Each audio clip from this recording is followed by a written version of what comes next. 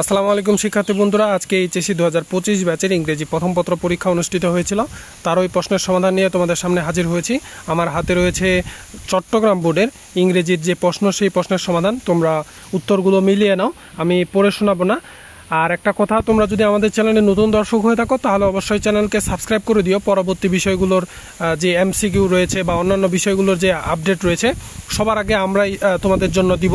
তাই অবশ্যই চ্যানেলকে সাবস্ক্রাইব করে দিও, আর এই ভিডিওটি দেখা শেষ হয়ে গেলে বন্ধুদের কাছে শেয়ার করে দিও।